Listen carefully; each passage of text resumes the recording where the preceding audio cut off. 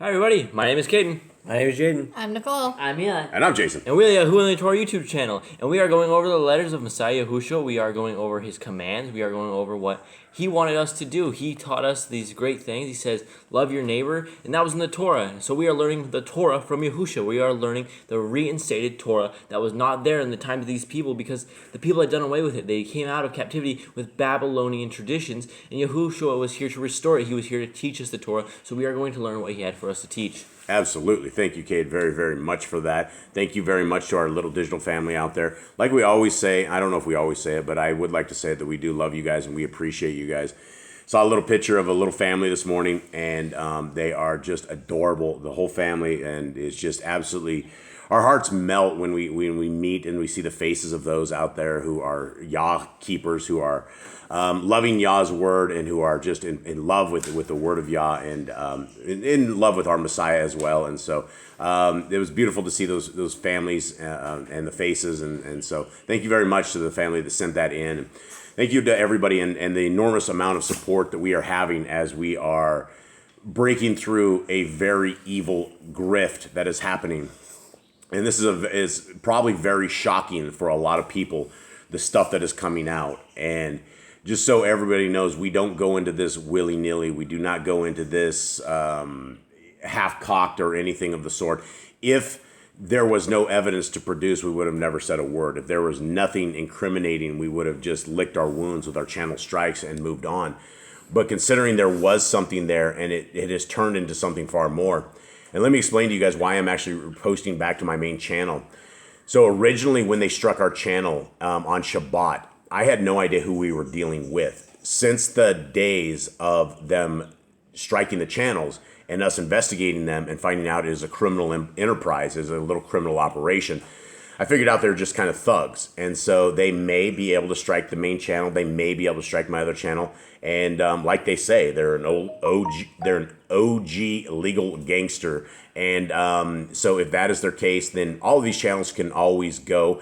It doesn't matter. I've said this before. Yahuwah does not need Boss Clan. He does not need Jason Boss. He does not need Hallelujah Scriptures. He does not need any of this, right? Our Creator is very creative in how he gets his word through. And he's preserved his word and he's given it out. And so for everybody, if you've never had a restored Bible names version Bible, today's the day. It's the very first download in our description that you guys can do. It is absolutely perfect. It takes the pagan names of our Creator out. It takes the pagan names of his Son out. It restores all the names in there. And this is by far the best translated Bible that I have ever read. And I know some are stuck on some versions, some are stuck on the others. So the reason that how this was so important, and this is why the grift of the Hallelujah Scriptures is so good, because the word of Yah is so good that people will pay gold. They will pay everything they have and they can to get this word. And so when people are able to throttle the word of our Creator in such a way that they are able to monetize from it and make it, that's very sick. And where they have denied hundreds, if not thousands and thousands and thousands of people free Bibles where they said they gave their free Bibles, finally, we can now give these free Bibles away like that book says. And so, guys, please download this. Please pass this link around. Guys, we already have, I believe, over 250 downloads. I haven't looked this morning. It was 205 last night before I went to bed. And it's just getting ramped up. We're putting links everywhere. People are pasting this link everywhere. Paste this link everywhere. If we can get 1,000 downloads, imagine 200 of those people sharing their downloads with other people, right? This can spread like wildfire and we wouldn't even know it. The hand of Yah can move and he can deliver this right where it needs to go, because all of these poor people in these poor villages, they claim that they are helping out and all of this stuff, right? Somebody there has a digital phone. Somebody has this stuff. And I think it's all a grift where they say, well, it's the end times and nobody's going to have internet. Nobody's going to have any of that. That may be true. But until that time, we have 8 billion, 9 billion people that are able to read right now on a device. One other thing that I thought about, that we were thinking about is, they have all of these people in all of these countries that are holding up Hallelujah Scriptures from all over the place. But do they all speak English? because they only have an English-based translation. So we're going to have to assume that every single person that got one of these How You Scriptures reads English. And so as they post these videos up there, and it is a current warfare that they are on, and so you'll be seeing more of this, but that's not the point of this video. So let's get into this. And again, thank you guys very much for the support and the love that you guys have displayed and given to us. And we love you guys. And it's not the time for drum roll yet, gentlemen. Jade was all getting geared up over there. He's about to bust out the drums. Now, yeah, this is month 8 on our creator's calendar. It is a Fours day on the Babylonian calendar. It is the 5th day on our creator's calendar. And if we have any kind of sun today, we'll be bathing dogs, and it doesn't look like there's any sun really out there. We haven't had sun for days. We thought the sun disappeared. So that is the calendar, and we are in Marcus 9. And so handy dandy.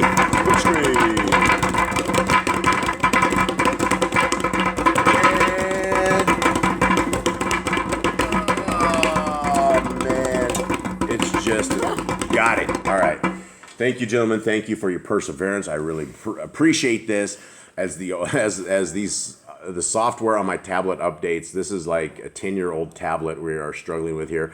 It just gets slower and slower and slower, but we're still doing everything we can until the end. Okay, gentlemen, how are you? Good. How are you, little fuzzy-faced? Well, 2 of the fuzzy-faced guys. Everyone good? Good. No issues? Nobody has any issues whatsoever? No, we're I don't good. think so. So did you guys make your weekly trip to the junkyard yesterday? No. No, to the landfill? No, we didn't. Anyone disappointed? No. I wanted to go. Do you want to go? Eli, do you want to go? Every 2 weeks, I think. You think it's good? We shouldn't go every week? No. No, but It's not going to pile up quickly enough for every week. Cade, should we go at all? He's saying no. He's shaking his head no. You could go on audio. Would you like to go to the landfill again, Cade? I'm not a big fan of it. Why not? I just don't like it that much, man. You don't like the birds circling your head and like probably a dead body out in the middle of it? It's all right. I guess really to find gross some out cool, there. there's some cool stuff there, but it's just real gross. It's real gross. Yes, it is a treasure trove, It's a biohazard. it is a biohazard. Yeah, there's a lot of bad stuff in the trash. All right, let's continue on. Mark 9. Here we go. And he said to them, "Truly I say to you, that there are some standing here who shall not taste of death at all until they see the reign of Elohim coming in power." Okay, let's stop right there. That sounds like something we should discuss. What does this mean to you guys? So I see this as... What is he saying? He basically says people won't like. It's not the second. Everyone's gonna die, right? Everyone in his generation, they're all gonna die a physical death. But he's talking about a spiritual death. Until judgment comes, a lot of them won't taste. They won't get sent to death. What does the reign of Elohim look like to you guys? That would be Yahushua coming out of the clouds and restoring Zion to his kingdom. That would be the reign of Elohim. What would the preemptive reign of Elohim look like? Preemptive, like before this? Before this. It would look like him dying and coming back, his resurrection. This is what I think, and this is kind of where I was trying to go with this. That I believe that these people standing here, when they see the reign of Elohim coming in power, I believe he's talking about after his crucifixion. I believe that when he is coming back on this, after he is crucified, that is the fulfillment of the reign of Elohim, right? That is our king that went and did what he did. And because I don't know how this statement would make true, unless he was talking about something like that. Does anyone else have anything? Nicole, you have anything on your translations? No. Okay. NIV says, "Truly I tell you, some who are standing here will not taste death before they see the kingdom of God has come to power." And I think after the Messiah rose, I think that was the kingdom of Yah coming to power. Okay. 2. And after 6 days, Yahushua took Kepha and Yaakov and Yochanan and led them up on a high mountain alone by themselves. And he was transformed before them. And his garments became glittering, exceedingly white, like snow, such as no launder on earth is able to whiten. And there appeared to them Eliyahu with Moshe, and they were talking with Yahushua. Now, it doesn't feel like, because we've already discussed this in Matthew, it doesn't feel like it's a brand new discussion story. Right. But we do need to discuss this because we talked about this before. What was our earlier discussion? Because there will be people that listen to this and they will not listen to Matthew. Somebody will just poke in and actually listen to this. What are we dealing with here? Why did we have Eliyahu and Moshe come back? it's like the people of Yah, those people that were like the blessed people, the holy people, and it was like a sign for the three Jacob, John, and Kepha. Yeah. And I guess they're really special because they're like the only people that really got to see the most powerful things of Yahushua. They're like there's something special about them that Yahushua liked more than the rest. I wonder how they knew it was Moshe or Eliyahu. How did they know? I don't know. I Did don't. Eliyahu give Moshe a high five? Moshe, Eliyahu, So I'm- what's up? tags. Yeah, name tags. So I'm They didn't thinking have like paintings back in the day of like their portraits They on the might- wall. Maybe. they might have had like something like that, or they might have been like described through generations, described. So when they saw them, they kind of knew who Dude, it was. but everybody's gonna be the same thing. Hairy-faced guy in like not a muumuu, but a robe. a robe, right? So it's a hairy-faced guy, right? How would you describe that? I mean, you're not gonna have the guy has a long beard, long gray beard. I mean, everybody has a long gray beard. So the question is, this would be just an amazing time that if you were sitting there and all of a sudden this happened, and then you have two legends come out. And who's Eliyahu? He was the prophet. John the Baptist. John the Baptist, right? That's what we learned out of Matthew. The guys Kate could never remember this, as I'm like, not remember it, but I'm you like, asked me who Eliyahu was. yes, and that's true. He was a prophet, and he was a man of Yah, and he was taken first time, and he was with and without, and then all of a sudden, he comes back and basically it's John the Baptist, and then they kill him again. So he would have been dead. So he only actually died once that we know of in human form. And so I thought this was interesting. Okay. And Kepha responding said to Yahushua, Rabbi, it is good for us to be here. And let us make 3 booths, one for you and one for Moshe and one for Eliyahu. Because he did not know what to say, for they were exceedingly afraid. Yeah, this would be one of those afraid moments, you think? Yeah. I mean, all of a sudden you're sitting there.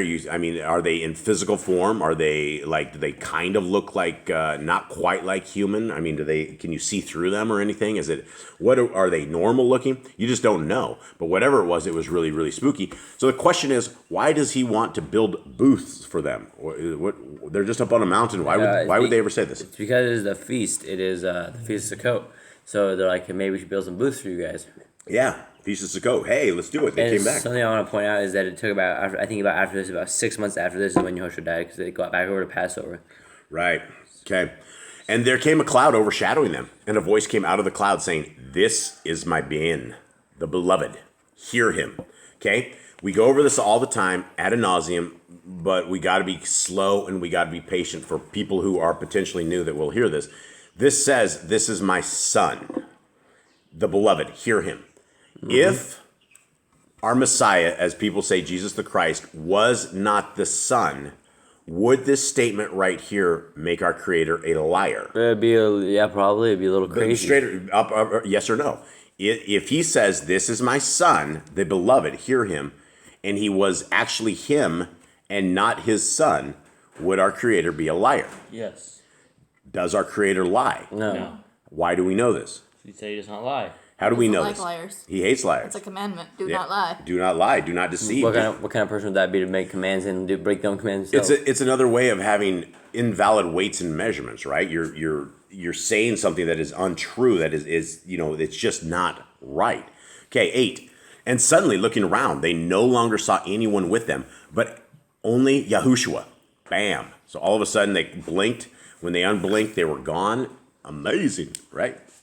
And as they were coming down from the mountain, he ordered them not to relate to anyone what they saw till the Ben of Adam had risen from the dead. And they kept this matter to themselves, debating what the rising from the dead meant. And they asked him, saying, "Why did the scribes say Eliyahu has to come first?" And he said to them, "Eliyahu indeed, having come first, restores all. And how has it been written concerning the Ben of Adam, that he is to suffer much and be despised?" Okay, what does he mean Eliyahu comes first? He was talking that Eliyahu, as he was John the Baptist, he prepared the way for Yahushua. He basically set up where he basically picked up where Yochanan left off. Yeah. So Messiah is talking about that he has to suffer and be despised. But I say to you that even Eliyahu has come, and they did to him whatever they wanted, as it has been written of him. So what does he mean by this? Eliyahu has come. He's saying that Yochanan came and went. He was there. and he was taken into captivity and beheaded. Yeah, and so they did what they wanted of him. And coming to the Talmudian, he saw a large crowd around them, and scribes disputing with them. And immediately when all the crowd saw him, they were greatly alarmed, and running near, greeted him. And he asked the scribes, "What are you disputing with them?" And one of the crowd answering said, "Teacher, I brought you my son who has a dumb spirit. And wherever he seizes him, he throws him down, and he froths and gnashes his teeth, and he wastes away. And I spoke to your Talmudian that they should cast him out, but they were not able." Okay, let's break this down. So this is I don't think I've ever realized this before, but when they brought him this kid that was demon possessed, they were up on the mountain. The other four were. I don't think I ever recognized that before. Were they up on the mountain? Because they came back. They just came back. He was talking about Eliyahu walking back, and these dudes were down at the bottom of the mountain or something. So they brought this guy up there. That is right. Yeah. Yeah, Wow. and so I think it's the first time I ever realized that, because I don't think it talks quite like that in Matthew how it describes that, seeing them coming down from the mountain and immediately talking to that dude. Okay, so here's some qualifications of demons, right? The demon can seize him. It can throw him down. He froths, gnashes his teeth, and he won't eat. And he can't speak either. So what do we make of this, guys? What do we make of this? Demon possession, right? The demons have all sorts of powers. They can do pretty much anything they want once they have control. Yeah, once they have control, they can do whatever it is. And this demon was trying to kill this kid all the time, right? And it wasn't just, this is a violent thing. Being thrown down, that's an issue. Frothing at the mouth, when people froth at the mouth, that's crazy, right? That's when that's the sign of craziness. And gnashing of the teeth, and then wastes away, right? So he won't eat. He's a mess. So this is very interesting. These are things we need to understand. They are signs. When we see things of this nature, when our bodies are reacting in very strange ways that they shouldn't be, there could possibly be some unclean spirits that we need to deal with. And how do we get rid of this stuff? Prayer and fasting. Yeah. 19. And he answered him and said, "Oh, unbelieving generation, how long shall I be with you? How long shall I put up with you? Bring him to me." So they brought him. So it sounds like Messiah is getting frustrated here, right? Right? He says, "Oh, believing generation, how long shall I be with you? How long shall I put up with you?" Right? That's something like, wow, if Messiah Yahushua goes, "How long do I need to put up with you?" That's not something you want to hear. Some failure going on. If your parents are like, "I don't know how long I can put up with you guys," that's not something good, right? That's not good at all. 20. So they brought him to him. And when he saw him, immediately the spirit threw him into convulsions, and falling on the ground, he rolled about frothing. And he asked his father, "How long has he been like this?" And he said, "From childhood. And often he has thrown him both into the fire and into the water to destroy him. But if it is at all possible for you, have compassion on us and help us." Okay, so yet more information here, right? How long has this kid been demonically possessed? Since childhood, since Yeah. really small. So how can this happen, everybody? Generational curses. Generational curses. How is a child able to end up with a demon that inflicts him like this? Demons possess who they want. I guess children are more easily persuaded by things, and I'm sure the demon just took over and without question. Yeah, and to some people, I would say that they would probably think this kid has a form of some sort of retardation, right? There's something wrong with this kid. And I wonder, after reading things like this, are there a tremendous amount of other kids that simply have unclean spirits?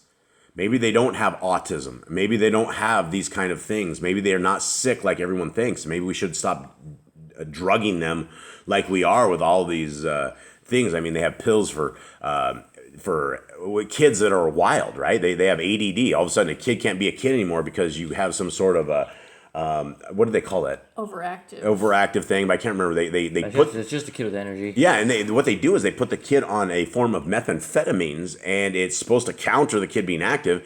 And I remember kids in school that were snorting lines of Ritalin. Right? They had the Ritalin for hyper kids, and they would crush it up and snort it because it got them all high. Right? We're doping our kids with stuff. And there's something we should consider are these children, are they just stuck with unclean spirits somehow? Okay, and he said, "From childhood. And he often has thrown him both into the fire and into the water to destroy him. But if it is all possible for you, have compassion on us and help us." And Yahushua said to him, "If you are able to believe, all is possible to him who believes." Wow. Another huge thing, right? This is a promise. This is a statement of magnitude, right? Where is the faith of this world?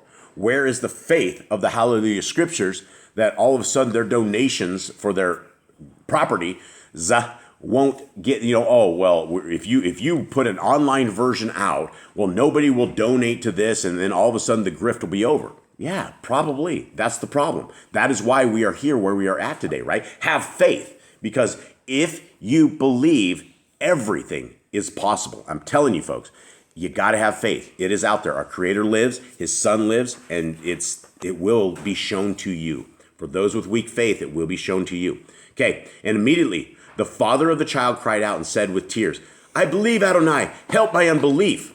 Wow. And when Yahushua saw that a crowd came running together, he rebuked the unclean spirit, saying to him, you deaf and dumb spirit, I order you, come out of him, and never again enter into him. Wow. Okay, this is one of these chapters I really need to discuss this stuff with you guys, right? Because we know from other accounts that a person can have an unclean spirit cling his house, and all of a sudden 7 other demons can come back into him. So that just goes to say that if we have unclean spirits, they are able to get us again, right? There's only one way that we are going to be able to not have unclean spirits, and that is to have the power and protection of our Creator by His Torah and by His Son, by the works of His Son. And, that is, if they can come back into this kid, and Messiah Yahushua says, never again enter into him, these are things we must understand. 26, and crying out and convulsing him much, it came out of him, and he became as one dead, so that many said that he was dead. Can you imagine that, right? The kid's flopping around, all of a sudden Messiah Yahushua says, come out of him, don't come in again. And then he's like, he looks like he's dead. They thought he probably killed him.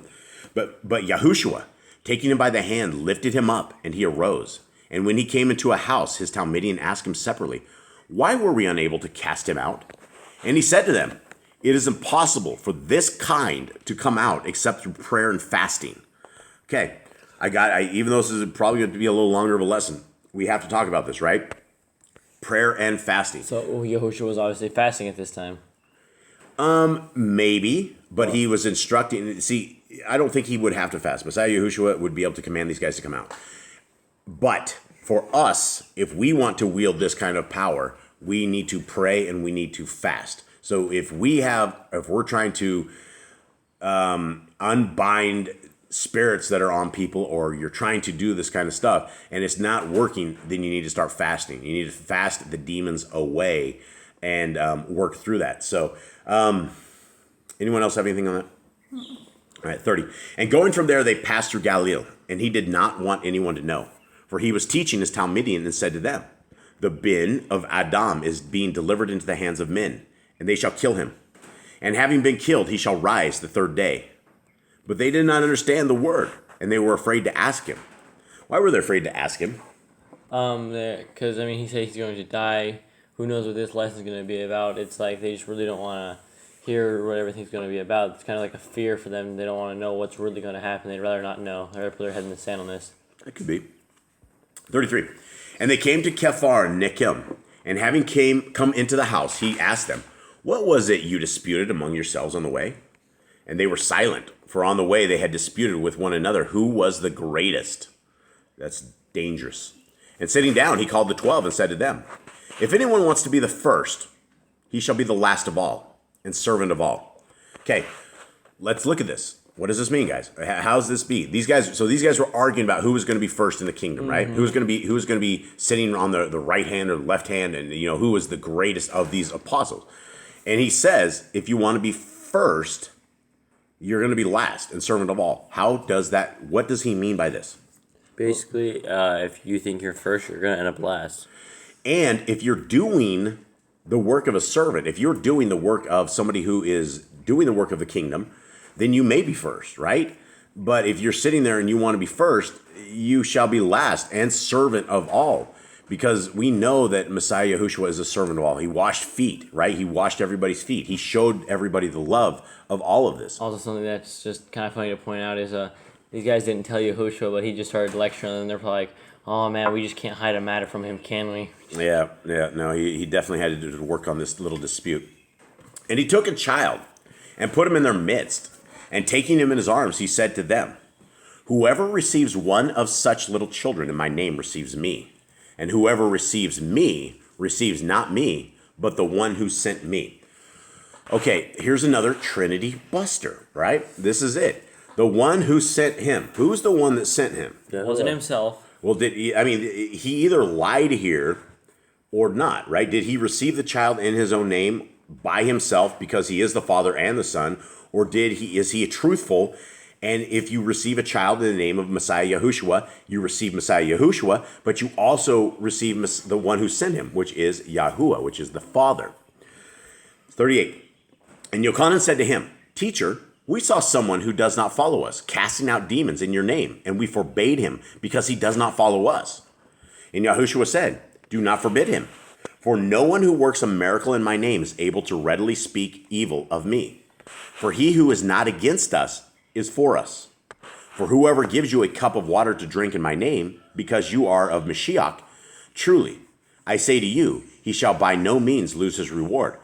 So what is this saying here, guys? Basically, you will be blessed for doing stuff in the name of Messiah. Yeah. If you guys are doing good in the name of the Messiah, in the name of our Creator, in the name of this kingdom, you will not lose your reward. But is he talking about an earthly reward? I don't think so. No. A heavenly reward. He's talking about a reward in heaven. Yeah, a reward in heaven for the faith, for the faithfulness and the loyalty to our Creator. And that's what it's all about, right? This life is a resume. We are walking a resume. We have 120 years to get our resume right. And if we do not, then we will be going to a bad place and we will be judged by the Torah. 42.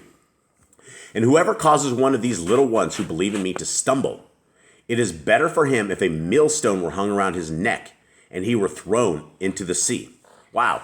Okay. What does that make of all the, I don't remember how many abortions in the United States of America has anymore. What does that make about all the abortion doctors? I mean, you're not making these kids stumble. You're killing You're the making kids. them so they won't even be able to have the option to stumble. Yeah, they won't have you've destroyed a life. If you look at all the abortions that have happened across the United States of America, instead of 300 million people in the United States, we should have easily over, we should be close to 1 billion people. I mean, at this point, I mean, there should be a lot of people, and we've killed off a tremendous amount of people since the 50s and 60s and beyond.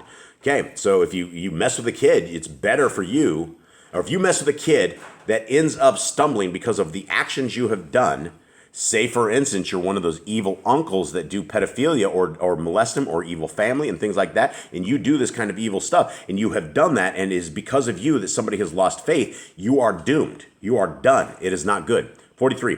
And if your hand makes you stumble, cut it off. It is better for you to enter into life crippled than having two hands to go into Gehenna, into the unquenchable fire. Okay, this is very interesting, right? This is something that, if I was the Hallelujah Scriptures, if I couldn't stop taking money from somebody, you would have to eliminate, you would have to stop doing what you're doing evil. The thing about the Hallelujah Scriptures is they believe that they are on a mission from Yah and that they have been bestowed this copy of their word, and that because they are the custodians of this word, that they should be able to profit off of this word. And it's sick. Okay, so they're going to be tossed into the Gehenna, into the unquenchable fire, where the worm does not die and the fire is not quenched. Okay, something we should talk about, right? It says Gehenna, it says hell. We're dealing with worms that do not die and the fire is not quenched. Anyone want to go to Gehenna? Anyone? No. Raise your hand. Anyone with me? No one? Nice. Nobody? I can't even get one. Nobody wants to go there. Sounds like a bad place. You don't want to hang out with the worms in the fire? No, man. I mean, what could the worms? The worms are just I don't think more horrible than that. So you're burning up, or it's just very uncomfortable, and it's just a very terrible place. We don't want to go there. We don't want anybody to go there. This is why we're doing this every single day, so people do not go there. 47. And if your eye makes you stumble, pluck it out. It is better for you to enter into the reign of Elohim with one eye than having two eyes to be thrown into the fire of Gehenna, where their worm does not die and the fire is not quenched. He just said the same thing twice, right? First of all, it's your hand. If you can't stop stealing money from the backs of the Yah's people, cut off your hand, right? If your eye, if you cannot stop watching pornography, you cannot stop committing adultery, it is better for you to flip your eye out. Does that sound dramatic? Yes. Is it dramatic enough? No. We're dealing with your soul. We are dealing with your soul. You can go into the Shamayim blind. You can go into it with no limbs, but you cannot go into it without any soul. And that's what this is all about. And again, he says, the worm does not die. You might be able to squish the worms. You might be able to smash the worms. You might be able to do it, but they're going to be crawling all over you. They're going to be, whatever it is, it's not a place. It's gnashing of teeth, weeping, wailing, and gnashing of teeth. Okay. For everyone shall be seasoned with fire, and every offering shall be seasoned with salt. Salt is good, but if the salt becomes tasteless, how shall you season it? Have salt in yourselves, and be at peace among one another. Okay, this brings this whole thing up. We've had a lot of people that said, "Hey, you did not follow Matthew 18 on the entire Hallelujah Scriptures thing." They started. Yeah, they came at us first. They came up and gave us 4 strikes before we were ever able to have a full conversation. These people had already launched a massive attack against us prior to ever talking to us. We talked to them 6 years ago, and we let them know that we would be happy to spend all of our money, all of our resources, all of my time as an ex-Googler. I would bring their product to fruition. I would bring it to life, and they would have had it on every operating system and every platform right now, and they would have been taking $25. They would have been super grifting by now. Super.